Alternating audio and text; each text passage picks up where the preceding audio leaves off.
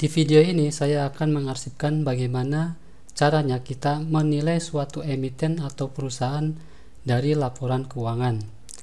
Di depan saya ada contoh laporan keuangan yang sudah diterbitkan oleh perusahaan Bukalapak, di mana posisi yang sudah dirilis yaitu kuartal 3 tahun 2022. Di sana tercantum laba yang diperoleh pada saat laporan tersebut dibuat 3.558 posisi kuartal 3 2022. Pertanyaannya, apakah laba tersebut merupakan laba yang normal atau sehat berasal dari kinerja utama operasi perusahaan, atau memang laba tersebut berasal dari perolehan lain? Cara yang paling cepat bagaimana laba tersebut berasal dari kinerja perusahaan atau berasal dari sumber penghasilan yang lain? Caranya adalah dengan melihat kesesuaian antara laba rugi usaha jumlahnya tersebut dibandingkan dengan arus kas operasi kas bersihnya menghasilkan berapa. Di laporan arus kas dari aktivitas operasi, ternyata kas neto yang digunakan untuk aktivitas operasi justru mencatat kerugian sebesar 570 miliar. Ini bukan kerugian ya, pengeluaran. Jadi net cash flow-nya itu negatif. Ini berbanding terbalik dengan laporan catatan di laba rugi usaha yang mencatat sebesar 3 triliun.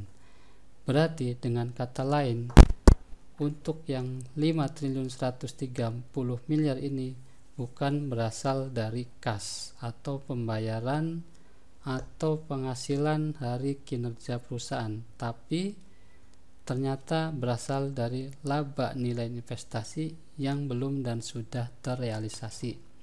Akun ini merupakan akun terbaru atau akun baru karena pada periode sebelumnya, sebelum perusahaan melakukan IPO, akun ini tidak ada. Dengan demikian, kita harus telusuri dari mana angka ini. Nah, caranya menelusuri, kalau saya itu dengan mencari kata kunci, tekan Ctrl F, kemudian ketik saja angkanya. Nah, kasih titik juga di sini, kemudian enter, kemudian next. Nah, setelah next ada laba nilai investasi pada bagian pendapatan dan operasi lainnya. Di sini juga bisa dilihat ada catatannya di catatan 8 dan catatan 13. Kemudian kita next lagi.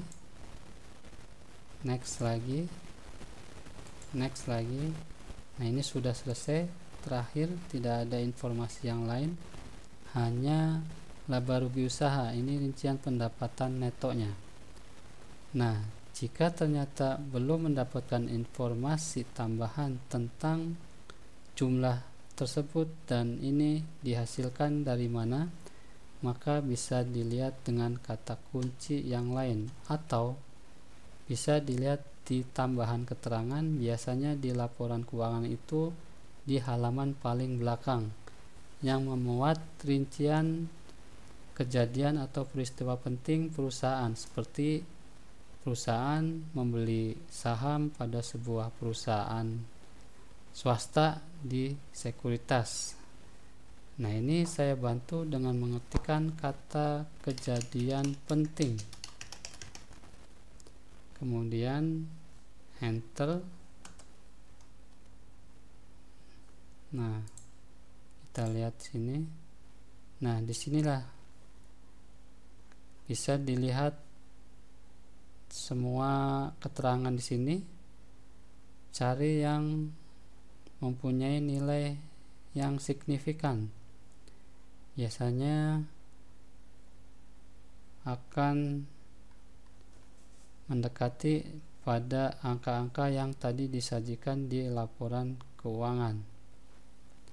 Nah, di sini ditemukan telah terjadi pengambilan bagian saham di PT Alobank kemudian pada tanggal 24 Desember 2021 perusahaan membeli saham Allo dengan hak memesan efek terlebih dahulu. Berapa jumlah yang dibeli? Sebesar 2.497.000.000 atau menguasai 11% dari total saham yang diterbitkan pada harga 478. Sehingga jika dikalikan dengan ini, itulah nilai perolehan investasi yang dikeluarkan oleh saham Bukalapak di PT Allo Bank. Kita hitung pakai Excel. Setelah disalin ke Excel, saya hitung jumlah lembar saham dikali harga belinya. Ternyata perusahaan mengeluarkan uang sebanyak 1 triliun untuk investasi di membeli saham di PT Allo Bank. Kemudian harga pasar pada saat periode laporan keuangan diterbitkan atau dirilis sekitar September 2022 itu berkisar harga pasar Allo Bank di harga 2.300 sampai di harga 2.400-an, 2.500, katakanlah 2.400. Sehingga ada potensi yang belum direalisasikan itu sekitar 4.800-an atau mendekati dengan angka yang tadi disajikan di laporan keuangan rugi laba. Nah, ini sudah mendekati dengan angka yang ini 4.800. Nah, sisanya berasal dari investasi-investasi yang lain, karena tidak hanya Allo Bank saja, dia juga membeli reksadana di perusahaan aset. Nah, kemudian pertanyaan yang selanjutnya, untuk nilai investasi, pengeluaran investasi ini dicatat di bagian mana pada posisi laporan keuangan.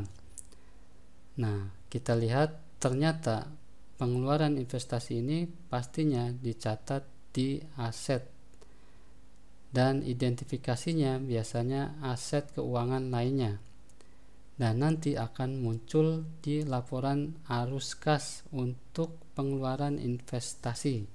Kita cek ya. Nah, di laporan yang dirilis 31 Maret 2022 atau satu periode setelah IPO, perusahaan mencatat pada laporan arus kas untuk investasi, yaitu penambahan investasi. Di sini ada pengeluaran uang sebesar 2.513 yang di sini terdiri dari pengeluaran uang untuk membeli saham di PT Allo Bank Indonesia tadi ya, harga 478. Nah, ini jumlah pengeluaran terdiri, dan sisa yang lainnya adalah pengeluaran investasi yang lain. Nah, yang ini nanti dicatat pada aset keuangan lainnya pada akun real, akun aset di aset keuangan lainnya. Nah, di sini aset keuangan lancar lainnya dicatat sama dia itu 15 triliun. Kenapa 15 triliun? Karena pada saat 31 Maret 2022 harga saham untuk Allo Bank itu sekitar 6.600-an kalau nggak salah itu. Jadi dia mempunyai potensi yang belum direalisasikan sebesar 15 triliun. Makanya aset keuangan lancar lainnya ditulis di sini 15 triliun. Nah, sekarang bulan September itu harganya 2.200 untuk Allo Bank, sehingga pada saat nanti dilaporkan maka nilai yang di sini akan mengikuti nilai pasar dari harga saham Allo Bank di pasar sekuritas. Nah, sekarang masih di 2.300-an ya kalau nggak salah seperti itu. Nah, makanya dicatatnya di kuartal yang ini ya, itu sekitar 6 triliun. Ini ada sisa dari investasi yang lainnya.